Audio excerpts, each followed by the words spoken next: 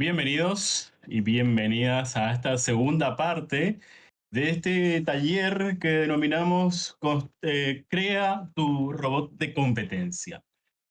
Vamos a hacer un recorrido antes de empezar de lo que fue el taller pasado, que estuvo increíble, de mucha riqueza técnica y también de experiencias. Como el taller pasado, hoy me acompaña Franco Aguirre, competidor ya con muchísima experiencia en todas las categorías de robótica. Creo que en la única categoría que te falta competir es en BattleBot, ¿no, Franco? Y hasta ahora esa y algunas otras que van a ir saliendo más adelante. Excelente. Bienvenidos. También me acompaña Sergio Vergara, parte del equipo pedagógico, Paula Cabral, también parte del equipo pedagógico y encargada del área de inclusión de la Red Maker, y Guillermo Granada, que está ahí en el detrás de cámara en el streaming. Bueno, la semana pasada, después de haber modificado la fecha por cuestiones personales, no pudimos salir en la fecha estipulada, pero se logró igualmente desarrollar la primera etapa, donde estuvimos viendo, primero que nada, aguántenme un segundito. Tu, tu, tu, tu. Primero que nada, nuestro lema, que es aprender haciendo, es nuestra bandera. Como siempre decimos en todo esto que es el mundo maker, la única forma de aprender es haciendo las cosas, ¿sí? Conectando los cables, viendo videos de otras competencias, preguntando siempre también al que está al lado, a nuestros contrincantes sobre todo, que son una fuente inagotable de experiencia y de conocimientos. Y obviamente no quedarse con las ganas o con la idea nada más, sino llevarlo a la realidad. Ahí veíamos esta anécdota, si se puede decir, de una competencia internacional, una de las más importantes de Franco, donde en la primera prueba de su robot ya al prenderlo sale humo. Así todo, no se dio por vencido, continuó, amaneció ese día arreglando sus robots y al otro día pudo competir sin ningún problema. Así que de los errores se aprende, es una fuente también inagotable de muchos conocimientos y en todas las sedes ustedes cuentan, estudiantes, con dos figuras cruciales. El facilitador técnico, quien es el que maneja todos estos conocimientos que tienen que ver con el diseño, la electrónica y la programación, y también con los facilitadores pedagógicos, que son los que los van a guiar en el camino de este descubrir, de aprender, de curiosear en este mundo tan impresionante que es la robótica. Así que aprender haciendo es nuestro lema. Y hoy vamos a ver cómo se hacen muchísimas cosas. En la semana pasada hablamos sobre estos robots súper lindos, los microsumos, que son robots básicamente autónomos, súper chiquitos, que tienen sensores de línea, debajo, para no caerse de ese tatami chiquitito que se ve ahí. Y también tienen sensores de oponente para detectar al otro robotcito y enfrentarse en un asalto de tres, y gana el que se queda con 2 puntos sobre el oponente. Veíamos sus características técnicas, por ahí qué microcontrolador era recomendable. Hablábamos del SP32C3 Super Mini, que es una placa que es súper chiquita y súper potente, y también de este driver pequeñito, pero muy potente, que es el TB6612 FNG. Y también veíamos casos como esta placa desarrollada por estos amigos de Perú, si no me equivoco. Veíamos también esta otra placa desarrollada por nuestros amigos de Open Robot de España, que usaba también una SP32C3 Super Mini y también un Book Converter y estos drivers súper diminutos pero súper potentes, que son los RZ7886. También hablábamos sobre la placa todo en uno, la placa mágica de J Sumo, esta empresa de Turquía que supo hacer bien las cosas y comprimir todo lo que necesitamos en una placa súper, súper chiquita que mide menos de 5 centímetros de largo por menos de 2 centímetros de ancho. Es una placa súper diminuta y súper potente para estos pequeñitos robots de peleas. Hablábamos también de los sensores de piso.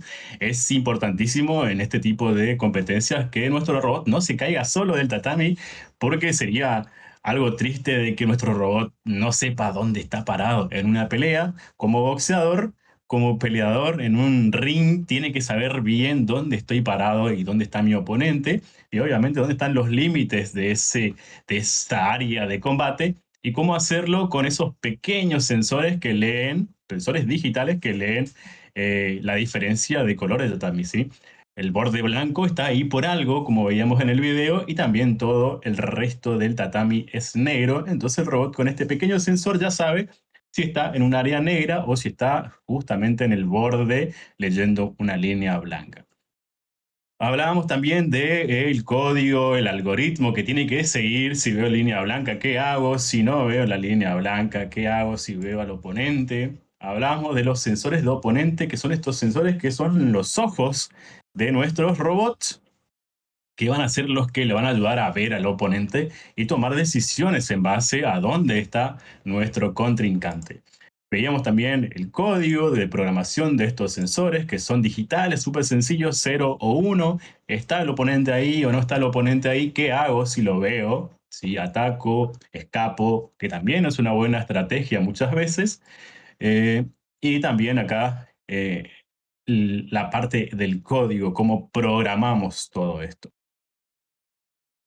Veíamos qué motores eran los que usamos nosotros y también obviamente recomendamos. ¿Por qué? Por su potencia y por su tamaño. Y también por el consumo de energía que necesitan estos pequeñitos robots. Estos son los N20, ¿sí? Sensores, motores con un sistema de engranajes para que ese motor de alto par, que tiene mucha velocidad, tenga también fuerza y torque a través de la transmisión de esa energía por esos pequeños engranajes que se ven ahí.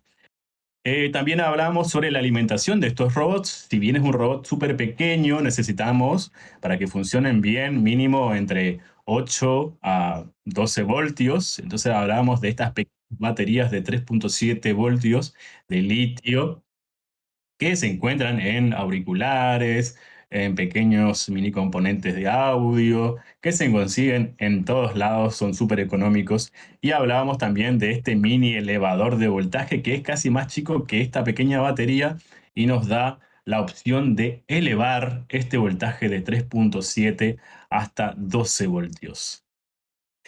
Hablábamos de los minisumos, también de esas dos categorías, minisumo RC y autónomo, los radiocontrolados y los que ya son como el microsumo, que ya tienen que tener sensores y actuar por sí solos.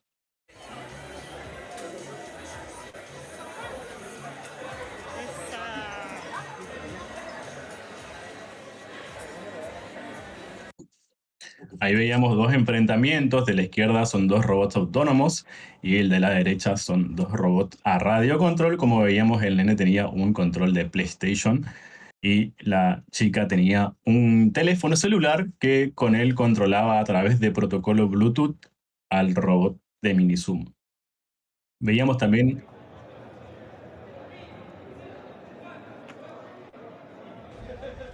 Un mosquito. El diablo, pero. Se fue el mosquito. Pero tú das duro, Se mata fue el mosquito, mosquito. manín. Una moca. Una moca, manín, tenía. Se fue la moca. Se fue la mosca. Ahí veíamos también nuestro paso por Rumania, enfrentándonos a los mejores equipos del mundo. Esta experiencia que fue súper enriquecedora y que nos dio un montón de conocimientos y de habilidades que por ahí no hubiéramos encontrado en otro lugar que estar ahí, aprender haciendo, aprender metiéndonos donde están los mejores del mundo. Eh,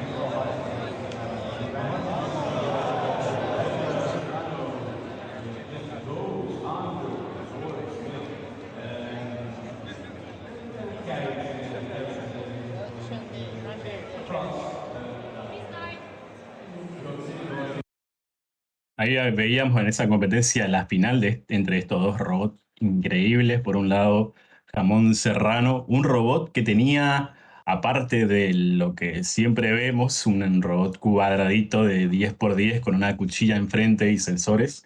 Veíamos este robot que era único en su estilo, que cuando empezaba el combate desplegaba dos cuchillas más, uno de cada lado, y también en esas cuchillas debajo tenía sensores de línea que leía mucho antes de que el cuerpo del robot detecte la línea de los bordes, y también abarcaba casi todo el tatami con esas dos cuchillas extra.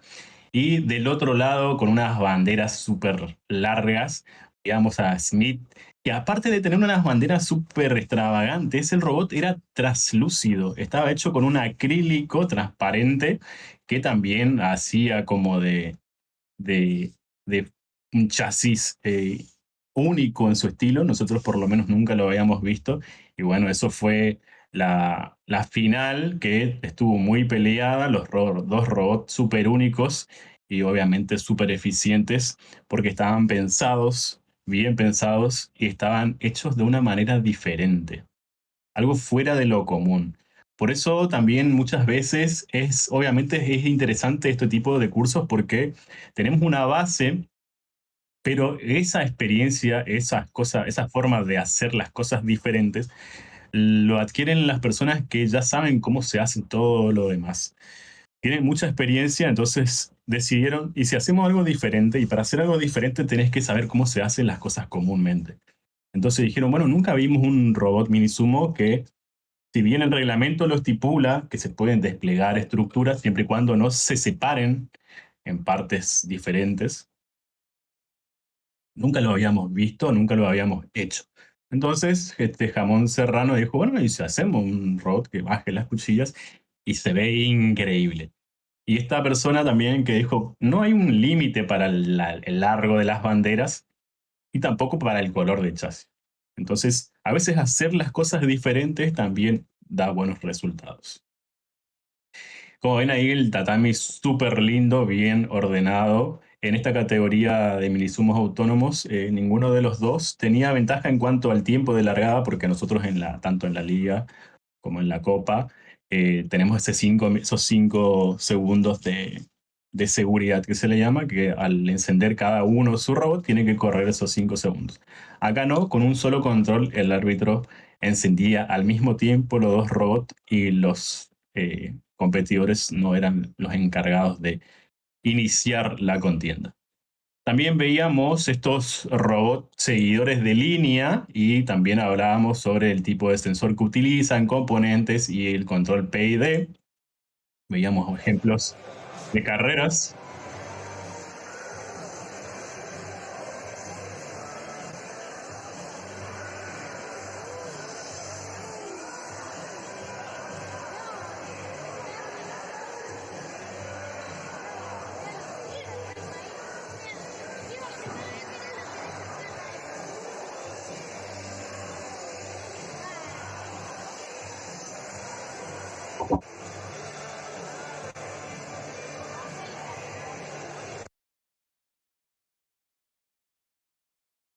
Veíamos esto que fue en Bahía Blanca, una de las finales de seguidores de línea. También veíamos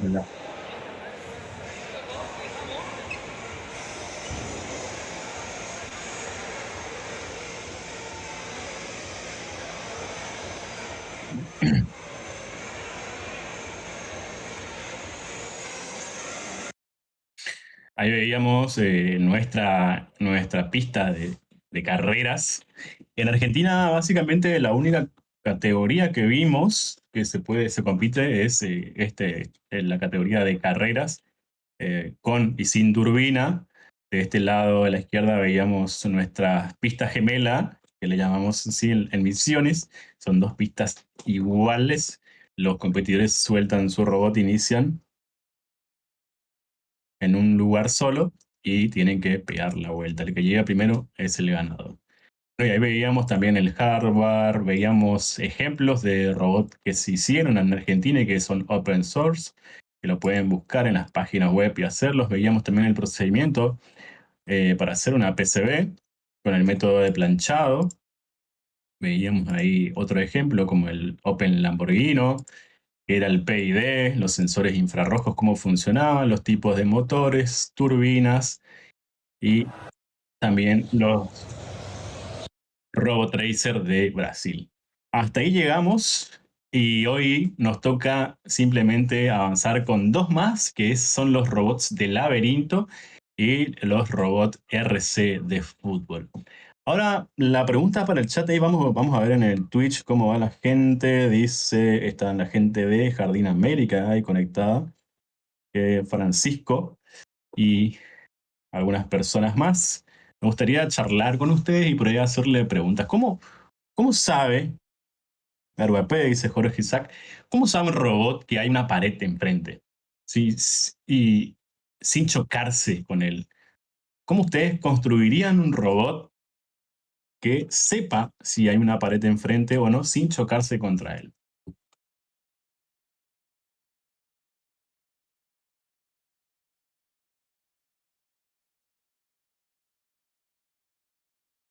Mientras ustedes piensan, vamos a ir viendo que hoy vamos a ver esta categoría que son los robots de laberinto o también llamados micro mouse. Por ahí a nosotros técnicamente se diferencian bastante uno con el otro, pero vamos a ir viendo que en su base son lo mismo. Vamos a ver los sensores de vuelo, vamos a ver cómo está constituido el algoritmo, el laberinto también. Vamos a hablar sobre los giroscopios, sobre también diferentes componentes que utilizan estos robots. Y vamos a responderles también eh, cómo sabe un robot si hay una pared de enfrente. Vamos a diseñar el cerebro sensorial de un robot que explora un laberinto sin chocar. Y después vamos a cómo ese mismo conocimiento se aplica también a otras categorías. Esto se llama robot de laberinto Micro Mouse. Es una de las competencias de robótica por ahí más antiguas en el mundo. Existe ya desde 1977. El robot recorre un laberinto solo. Es más, en su época, no puse una foto acá, pero en su época no había sensores, obviamente en 1977. Por ahí había, pero no para este tipo de OIS o de robótica. Usaban por ahí sensores mecánicos, ¿sí? Como lo conocemos hoy como los finales de carrera, interruptores y demás. Es decir, que los robots sí o sí entraban en contacto con las paredes. El robot recorre un laberinto solo, ¿sí? Construye ese mapa interno, el mapa del laberinto, en su memoria y encuentra el camino óptimo siempre para salir de él. Hay mapas o laberintos que el robot tiene que terminar en el centro y otros que el robot tiene que simplemente entrar por un lugar y encontrar la salida de él, en el menor tiempo posible, obviamente. Vamos a ver qué sensores y estrategias hacen posible esto. Un laberinto estándar, por lo general en MicroMouse, está constituido por cuadrículas de 16 por 16 celdas. El robot parte de una esquina y debe llegar al centro, que es una zona de 2 por 2. ¿Sí?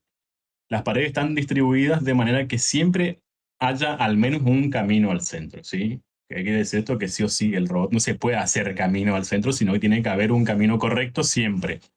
En nuestro caso, nosotros no hacemos que la meta sea el centro, sino que el robot ingrese, como se ve en la imagen, por un lugar, recorra el laberinto y que encuentre una salida. ¿Sí?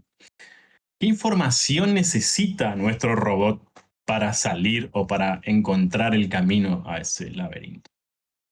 El robot parte sin saber absolutamente nada del laberinto, ¿sí? Va explorando celda por celda,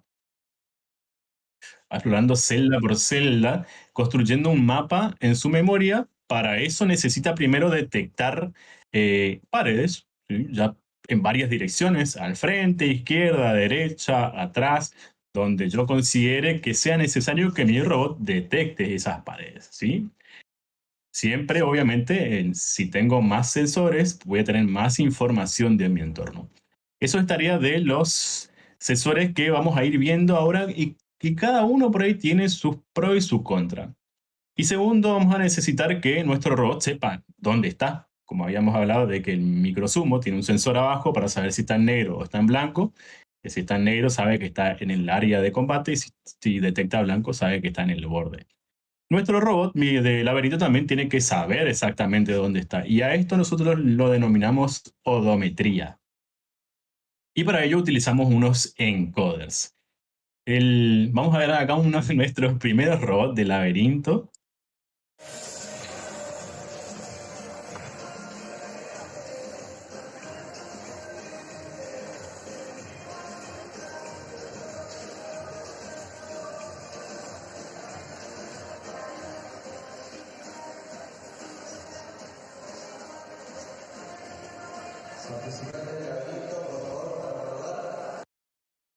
Esto fue, no me acuerdo en qué año. ¿Te acordás en qué año fue, Franco? Creo que fue la primera vez que fuiste a una competencia. Ah, no, esa fue la final de Bahía Blanca, sí. Eso fue más avanzado, sí, por la pista. Fue en el 2019, 18 creo, 17, no sé, hace muchísimo. Ah, por ahí. 2019 creo que era, Marcelo. 2019, Sí. que fuimos ahí a la final de Bahía Blanca. Y ahí como pueden ver nuestro robot, ¿está Solange? ¿O escuché mal? Sí, acá estoy atenta a base. Bienvenida entonces a la coordinadora general de la Red Maker. Como veíamos ahí, nuestro robot, si bien está intentando detectar las paredes, se choca constantemente con ellas y también como que está un poco desorientado y sus movimientos son bastante erráticos, como que hay algo mal que no está bien. El algoritmo más simple que nosotros descubrimos es siempre seguir una pared o seguir la mano derecha, como decimos nosotros. Siempre girar a la derecha si puedo y si no, seguir recto. Y si no, obviamente girar a la izquierda. Si no, dar media vuelta. Pero cuando pasa esto, siempre hay algo ahí que se nos complica. Voy directo, sí, siguiendo la pared derecha, sensando la pared derecha. Por lo general uso un sensor digital enfrente que me diga si hay pared o no. Y a la derecha uso un sensor analógico que me diga a qué distancia estoy. Entonces yo voy corrigiendo la distancia de mi robot a esa pared. Sí o sí tengo que saber una distancia analógica, una medida, un sensor analógico que me dé una medida exacta de la distancia de esa pared. Entonces le digo, te alejaste mucho, acércate. Te acercaste mucho, alejate. Pero seguí siempre a esa pared. Si ese sensor analógico deja de detectar pared, quiere decir que hay un giro a la derecha, entonces gira a la derecha.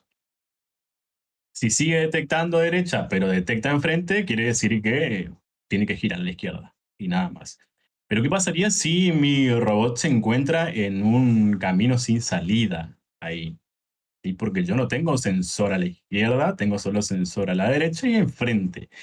Y por lo general a mí es el robot que más me gusta porque es súper simple y muchas veces, la mayoría de las veces encuentra la salida. Obviamente que pasaría esto.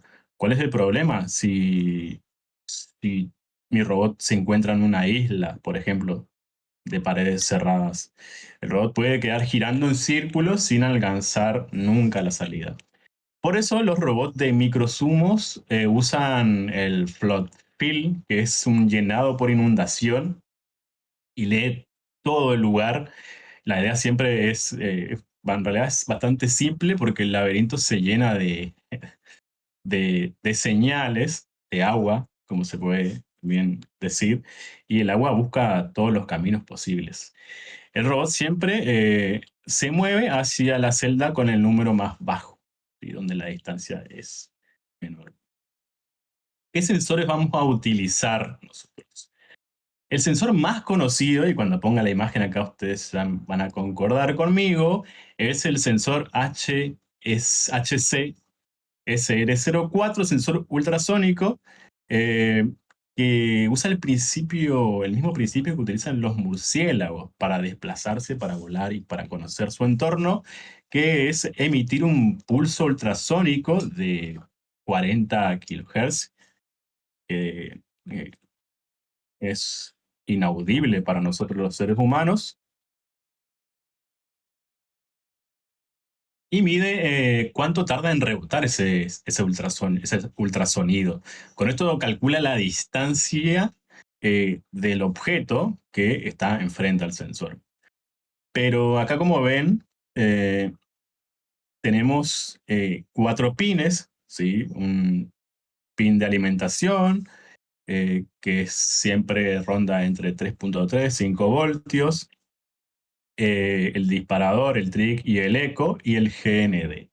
Es sumamente simple de conectar. Por ahí las limitaciones que tenemos con este tipo de sensor ultrasónico, que el rango va de 2 a casi 4 metros, de 2 a casi 400 centímetros, perdón, y el ángulo es de 15 grados. ¿Qué pasa?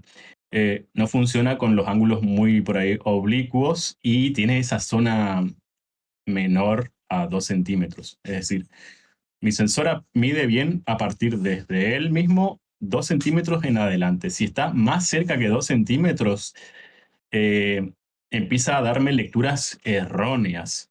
Es decir, que nunca tengo que dejar que... ¿Vieron que en el video el robotcito tiene como una cosa de aluminio ahí? A ver.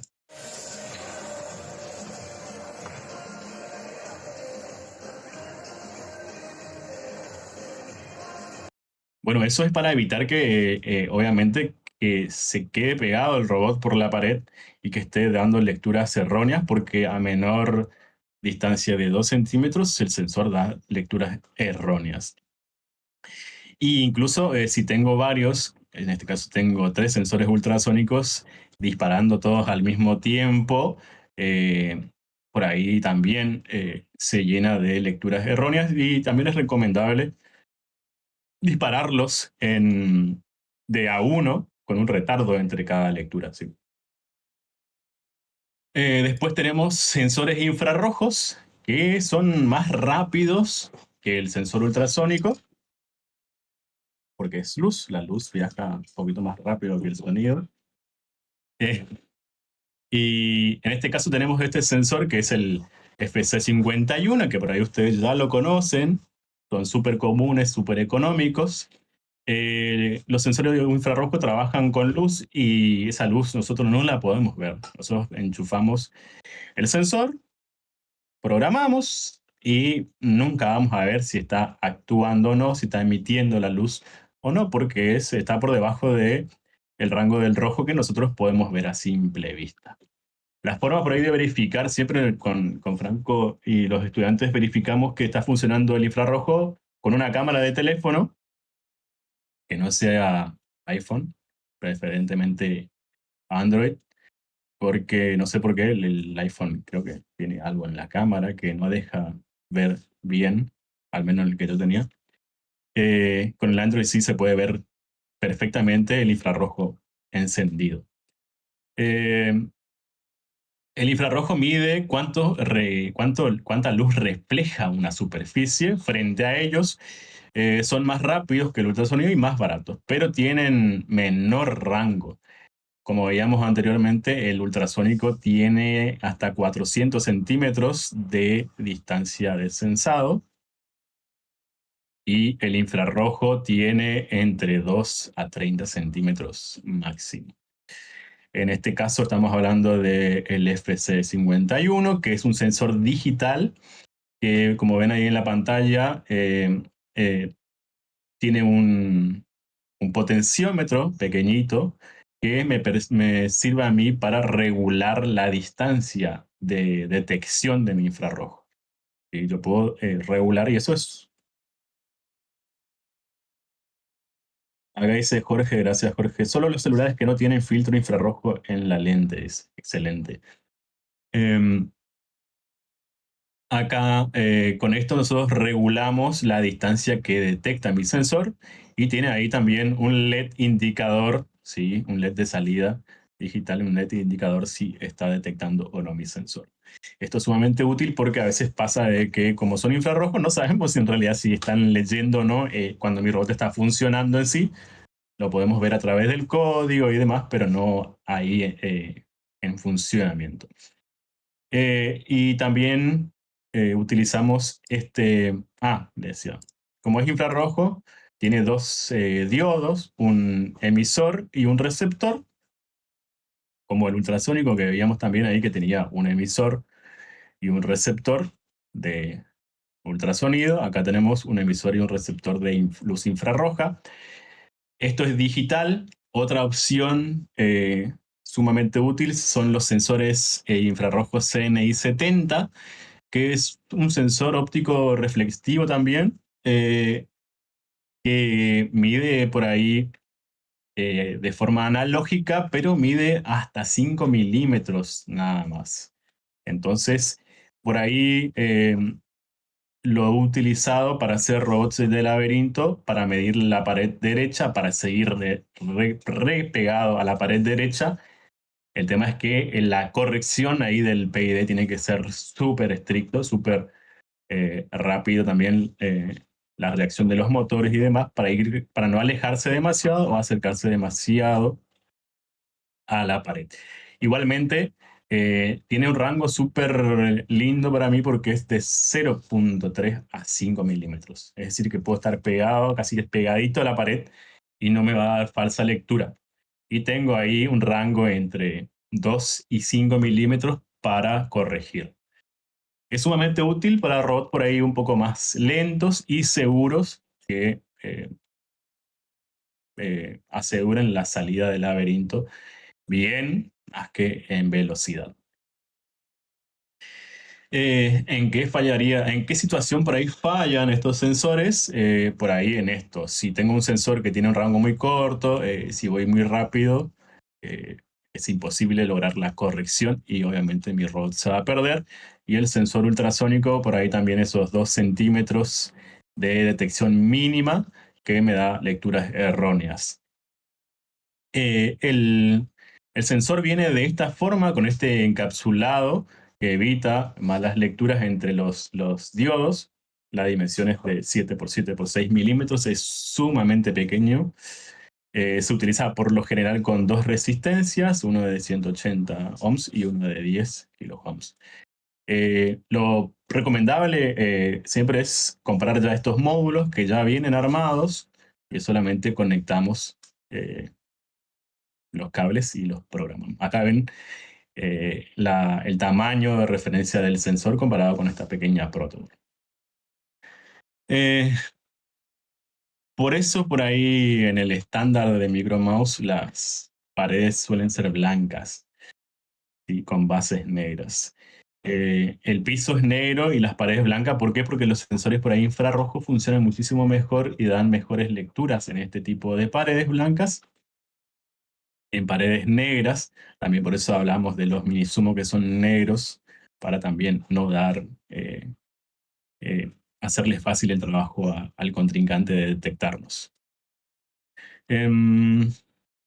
También utilizamos otros sensores, por ahí vamos siempre de lo más lento a lo más rápido, veíamos el ultrasónico, el infrarrojo, y ahora vamos a ver los sensores TOF, los sensores de vuelo, de tiempo de vuelo.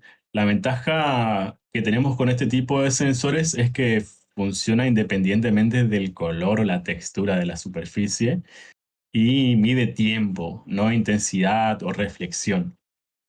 Lee paredes negras, blancas, metálicas y las lecturas son sumamente consistentes y esto es lo que hace superior a este sensor en frente al ultrasónico y al infrarrojo. Son Eh, realmente los mejores sensores que se pueden encontrar para esta categoría. Si se busca Exactamente. algo ya armado. La mayoría de, si nos ponemos a investigar, todos los robots de Micromouse de laberintos utilizan justamente estos sensores porque tengo que hacer el desafío rápido para ganar a los otros competidores. Así que el sensor más rápido y eficiente es el sensor tipo TOF de vuelo. ¿Qué pasa con este tipo de sensores? Es que utiliza un protocolo I2C y nosotros en los Arduinos tenemos solo un puerto I2C. Es decir, que puedo usar un solo sensor con un Arduino. ¿Sí? No es como un sensor infrarrojo que yo puedo conectar en los puertos analógicos, en los digitales, etcétera, o los ultrasónicos, que tengo muchos puertos de eso en el Arduino, sino que este sensor de vuelo utiliza este puerto I2C y tenemos solo uno en nuestra placa Arduino. en todas sus variantes. Y esto es complicado porque el laberinto, como habíamos dicho al principio, exige que yo pueda ver en distintas direcciones, tanto la pared derecha, enfrente, izquierda como mínimo. Y acá mi Arduino me limita. O utilizo un microcontrolador, un microprocesador que me dé opciones de usar más, que tenga más puertos I2C, o utilizo este extensor bus I2C, el TSA 9548A, que lo que hace es extender esos dos canales, ¿sí?, que tengo en mi Arduino, y puedo utilizar más puertos, ¿sí?, para conectar más sensores. Pero Franco también nos va a comentar un poco que también utiliza otra estrategia por programación y no necesita utilizar este módulo de extensión. Sí, hay una estrategia que es, no es una estrategia, sino una parte que tienen algunos de estos canales, de estos sensores, que es el uso del pin XShoot, que significa, es un pin que logra apagar el sensor por un momento. Lo que hacemos con esto es, el Arduino tiene la particularidad de que puede a estos sensores cambiarle su dirección con la que reciben y envían los datos. Entonces lo que nosotros hacemos es conectar todos los sensores, apagar todos menos uno y ir cambiándole las direcciones en las que se encuentra cada microcontroladorcito que tiene cada uno de los sensores. Entonces lo que hacemos es apagamos todo menos uno y a ese que queda encendido le cambiamos la dirección. Encendemos el segundo, le cambiamos la dirección y así podemos tener todos encendidos al mismo tiempo. Lo malo de esto es que ocupa muchos pines, porque tenemos los pines I2C de cada uno de los sensores, más un cable más por sensor. O sea, serían aproximadamente 5 cables por sensor y 3 pines digitales. Entonces, lo que nos limita un poco es la cantidad de entradas, puertos, pines que tengamos, pero nos facilita no tener que usar un extensor I2C, por ejemplo. Excelente. Es una buena opción si me quiero evitar el uso de este extensor. En mi caso, preferiría siempre usar este extensor, me simplificaría mucho la vida. Pero en el caso de que no lo tengas, también puedes usar esa estrategia. Bueno, ahora vamos a recordar de vuelta cómo andaba este pequeño robotcito que está acá. Tiki, tiki, tiki, tiki, tiki.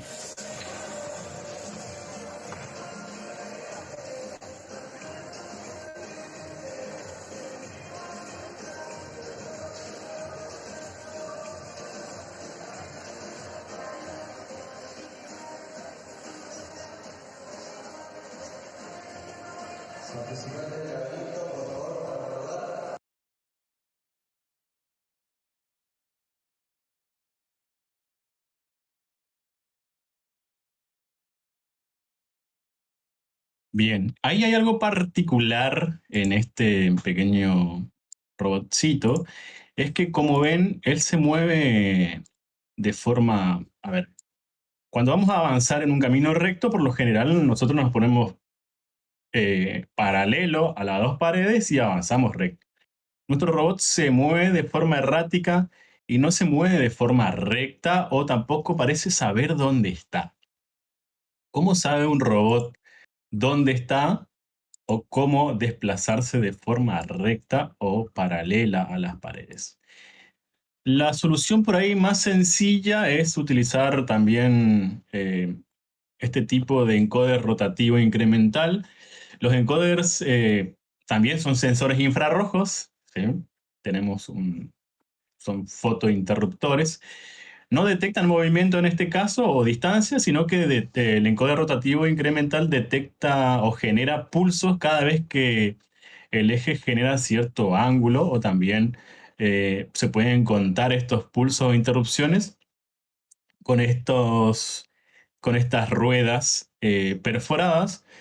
Y contando estos pulsos o interrupciones, el robot sabe exactamente cuántos giros o cuántos grados giró y cuánta distancia recorrió cada rueda. Eso es lo que es la odometría, contar exactamente cuánto avanzó mi rueda en base a un tiempo determinado, o en este caso al conteo de las interrupciones. Como ven acá en la imagen, tenemos el motor que todos conocemos, este motor amarillo Arduino, y tenemos este encoder. Como pueden ver, esta rueda perforada tiene pequeños agujeritos y tenemos un LED de cada lado, un emisor infrarrojo y un receptor. ¿Qué hace? Obviamente, él va a ir contando cada vez que la luz es interrumpida por las pequeñas parecitas que vemos ahí en esta ruedita. Y ahí puedo hacer que mi robot avance a la misma velocidad. Porque, ¿qué pasa? Estos motores, por lo general, el que programó algún robot móvil con estos motores, se ha dado cuenta de que es bastante complicado hacer que mi robot avance recto, siempre. Por algún u otro motivo, por ahí el contacto con el suelo, de la cubierta, eh, por ahí un motor está un poco más lubricado que el otro, o por ahí o está más apretado que el otro, etcétera. En este caso es sí o sí tiene que girar las interrupciones que yo le digo porque eso está controlado por un sensor. Ya no es simplemente darle voltaje o sacarle voltaje para ir más rápido o más lento. Entonces siempre voy a saber cuánto avancé en cuanto a mi posición inicial. Con dos encoders, uno en cada rueda, ya el robot puede calcular su posición X e Y y también saber su orientación en cuanto al laberinto. Sin encoder, obviamente, cualquier error de movimiento se va acumulando y el mapa interno va a ser siempre incorrecto. Eh, Pasamos a la siguiente categoría, que es la categoría más popular en la Copa Robótica y también en la Liga Nacional de Robótica, que es el fútbol RC, el fútbol de robots teleoperados. Siempre un piloto es el que controla en tiempo real, que puede ser con un joystick o con un control por radiofrecuencia o un celular o un dispositivo con conexión Bluetooth.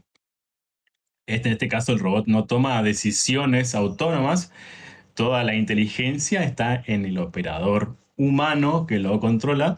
Esto lo diferencia completamente de todos los robots autónomos que vimos antes. Eh, Acá podríamos pensar nosotros cuál es el factor más crítico para que el control remoto funcione bien en una competencia. Hemos visto muchísimas veces robots que se quedan descontrolados o por ahí quedan desconectados del mando de nuestro piloto. Y ahí hay que tener en cuenta muchísimas cosas. Por ahí la velocidad de respuesta del mando, el rango que tiene de control y por ahí otras interferencias con otros robots que también funcionan en el mismo momento con los mismos protocolos de comunicación y por ahí la confiabilidad también de mi circuito electrónico y también mis componentes en el momento del armado del robot.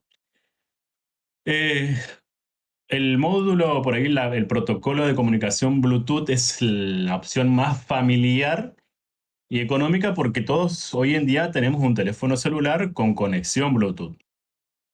Entonces, todos podemos utilizar este módulo de Bluetooth que puede ser el HC05 o el HC06, que se comunica por UART. Básicamente reemplazan el cable serial, el cable que conectamos acá para programar nuestro Arduino, con una señal de radio.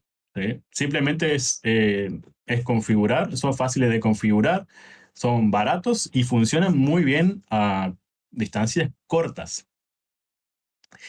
El rango efectivo es entre hasta, no sé cuánto hemos probado, hasta 20 metros, más o menos, con una latencia entre 10 a 100 milisegundos. Tiene una frecuencia de 2.4 GHz y obviamente funcionan con un emparejamiento previo y podemos poner una contraseña también para que no se conecten todos a mi robot. Permite solo una conexión simultánea, es decir, que solo un operador puede estar conectado en el momento con el robot y eso hace que nadie pueda interferir en mi mi contienda, en mi partido de fútbol. Acá vemos una conexión, un chasis súper sencillo, por lo general lo que solemos ver en las competencias, un chasis que por lo general está impreso en 3D o está hecho con materiales reutilizados de algún chasis de una computadora, de un gabinete o partes de electrónica reutilizada.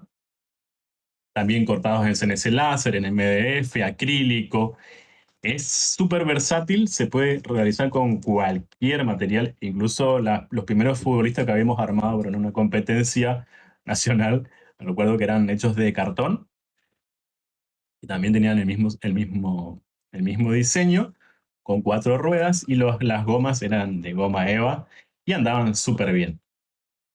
Necesitamos alimentación, que por lo general van de 9 a 12 voltios, un controlador de motores, en este caso vemos el L298, que es el driver más conocido, económico y sumamente confiable para este tipo de robots.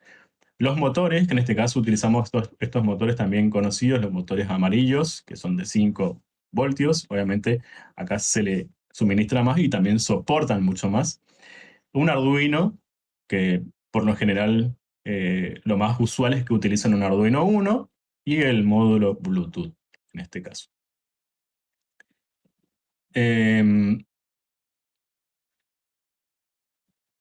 ¿Qué características podemos encontrar en distintos tipos de robots? Por ahí,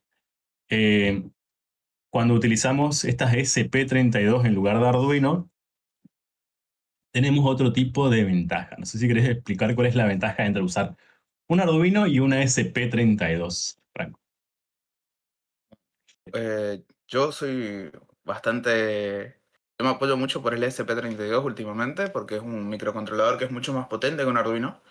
Normalmente son alrededor de, si no me equivoco, 10 veces más rápidos en procesamiento de datos y además que nos da la ventaja de que está todo incluido en un mismo módulo.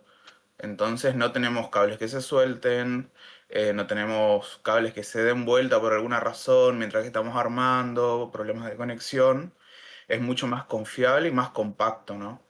Podemos hacer placas o módulos mucho más chicos para hacer la misma funcionalidad que con un Arduino Uno o Arduino Nano y un módulo Bluetooth. Principalmente esas ventajas. Genial. Incluso la conectividad que tiene la SP8266 viene con conexión Wi-Fi, que también es una opción sumamente viable, y también la SP32 que nos trae esta conexión Bluetooth. Tiene un Wi-Fi de 802.11, tiene un Bluetooth 4.2 LED en su propio chip ya incorporado. Podemos controlarlo a través de una app que lo podemos desarrollar nosotros mismos en App Inventory. Igualmente, si no tenemos ganas o no sabemos programar una aplicación, hay miles y miles de opciones gratis que podemos utilizar. Nosotros utilizamos el RCCAR, que es conocidísimo. Y también cada chico por ahí tiene la opción de crear el suyo con su logo y demás. Es sumamente sencillo de crear esa aplicación. En este caso, el Bluetooth de la ASP tiene una latencia entre 20 y 200 MHz, también es variable, digamos.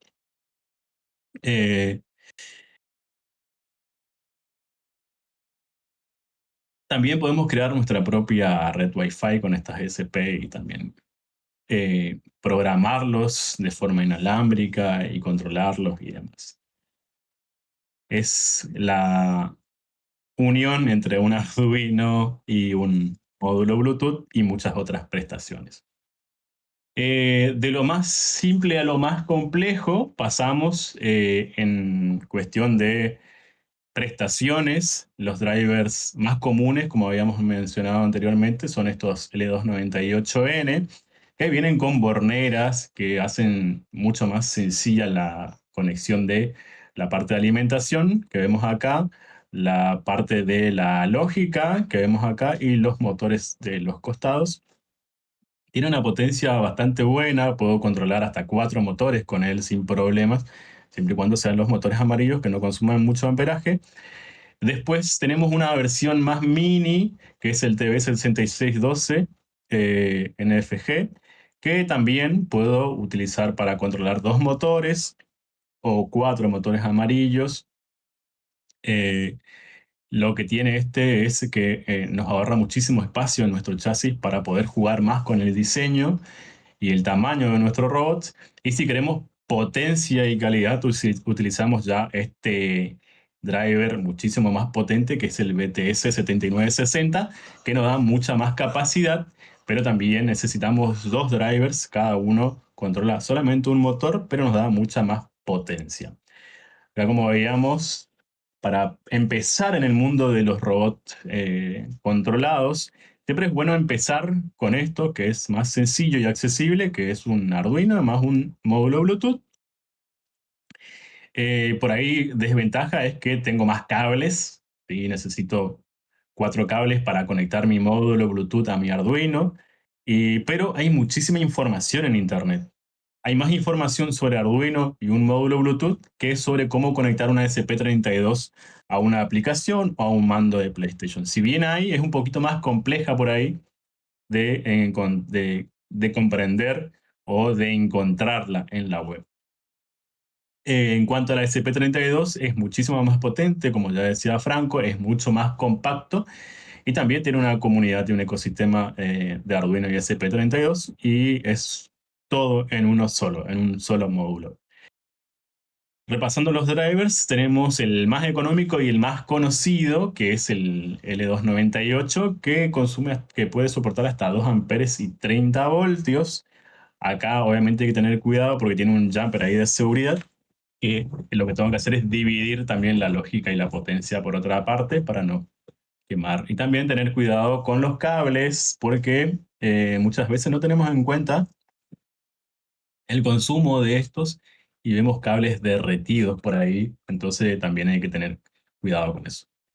Lo más potente, que es el BTS, que nos entrega hasta 47 amperes y 27 voltios por drive, es decir, tengo ahí para controlar motores muchísimos más potentes, y lo compacto, que son los TB6612. Nosotros, como había dicho Franco, siempre vamos a ir por el lado más fiable y más económico. Siempre recomendamos utilizar una SP32 con todas las conexiones ya y las prestaciones y un driver TB6612 porque nos da la potencia justa para controlar estos motores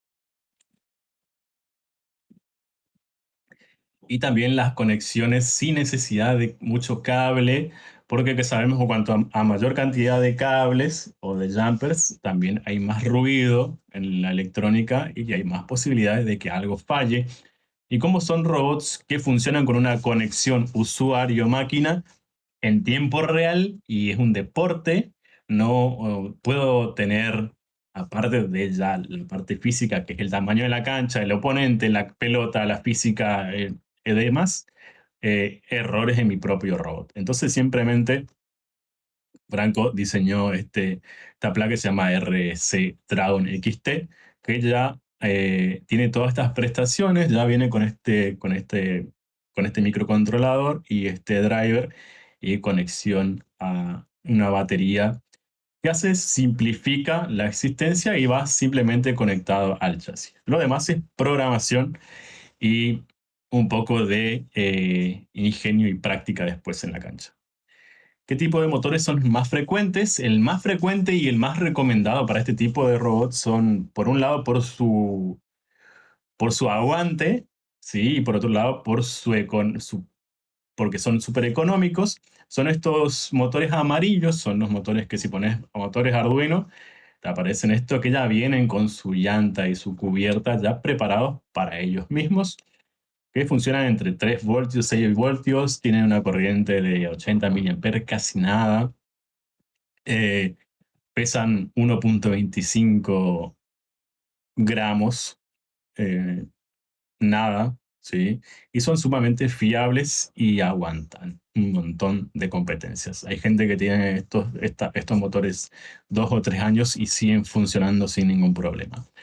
¿Cómo funcionan estos motores? Acá en esta parte vemos este motor que cuenta con un motor de corriente continua, común y corriente, ¿sí? Que tiene un rotor, un estator, tiene un bobinado, como todos los motores, y acá tiene una caja de engranajes reductor. Obviamente esto es un motor de más revoluciones y con la reductora le damos un poco más de fuerza para la tracción del robot. Otros tipos de motores que solemos encontrar en este tipo de robot son motores con cajas reductoras, estos motores amarillos que ya vimos, los motores N20. En este caso la elección está a cada uno, si queremos más velocidad, si queremos más torque, si queremos más fuerza. Y los más comunes en los robots Pro son una combinación entre estos motores tipo Titan y los BTS, que te dan una fuerza increíble y una velocidad increíble en la cancha en los fútbol RC. También por ahí se suelen encontrar este otro tipo de motores, que son los servomotores, en este caso servomotores de rotación continua, que funcionan de la misma manera que el motor amarillo, si lo podemos ver, solo que este tipo de motores ya viene con su controlador en el mismo motor. ¿Sí? Tenemos el motor de corriente continua, tenemos el driver, que es el que controla el sentido de giro del motor, y la caja reductora con sus engranajes. Viene todo encapsulado en esta caja y simplemente es conectar tres cables, un cable de alimentación positiva, negativo y el de señal con el cual voy a controlar este motor. Es un poco más sencillo, obviamente, de conectar y de programar, pero no hay de muchas revoluciones. Son lentos, tienen muchísimas fuerzas, pero para fútbol son bastante lentos. Por ahí es recomendable en otro tipo de robots articulados, más que nada. En conclusión, para categoría de fútbol RC, donde la latencia por ahí importa, siempre es mejor utilizar un control por radiofrecuencia. Por ahí también lo más económico es protocolo Bluetooth. Y obviamente el Wi-Fi por ahí no es muy visto en las competencias, pero también se podría utilizar tranquilamente.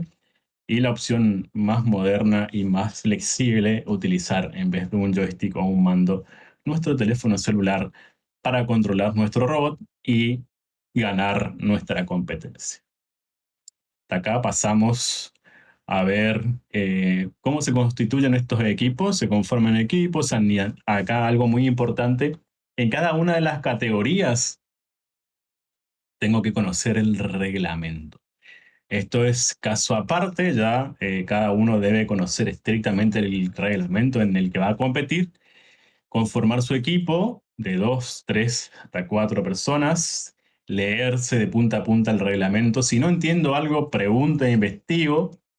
Tengo que hacer el diseño en un papel, siguiendo obviamente lo que dice el reglamento en tamaño, peso de mi robot y especificaciones técnicas, porque nos ha pasado de llegar a competencia y ver muchos competidores desesperados porque sus robots no pasan la homologación. Entonces, sí o sí, antes de crear o desarrollar mi robot, leer bien el reglamento para saber bien cuáles son las especificaciones que tiene que tener mi robot, hacer un diseño en papel o algo rápido, entender el código o el pseudocódigo de cómo va a funcionar mi robot y obviamente después la presentación y el desarrollo de ese robot para presentarlo en las competencias. Hasta acá llegamos al final de nuestra taller de hoy. Espero que haya sido de provecho de cada uno de ustedes. Cualquier duda o consulta, vamos a estar atentos al canal de Discord. Estos días vamos a empezar a enviar a todos los que fueron parte de este taller todo el material que necesitan para crear su propio robot. Así que muchas gracias por estar y nos vemos la próxima.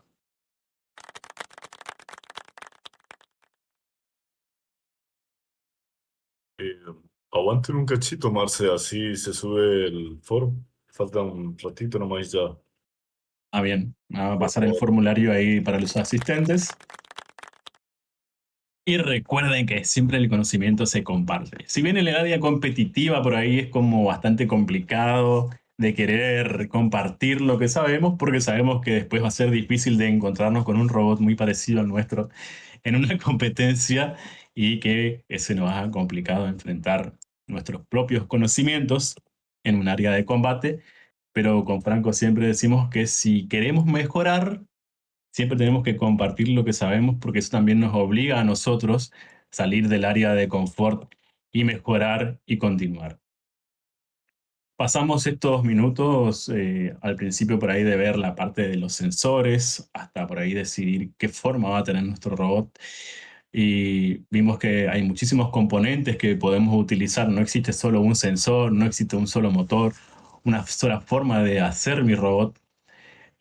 Vimos cómo el sensor se comporta en cada una de las pistas, cómo piensa y cómo ve su entorno. Y los invito a pensar que si tuvieran que elegir ahora un sensor para detectar una pared de un laberinto oscuro y con paredes negras, ¿qué sensor elegirían y por qué? Los leo ahí en el chat.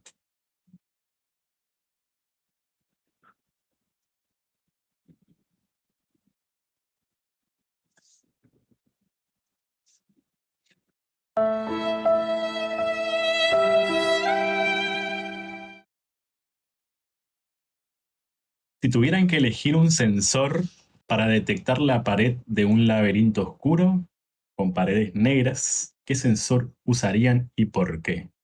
A ver si alguien se anima a responderme ahí en el chat. A ver si estuvieron atentos ahí al taller de hoy.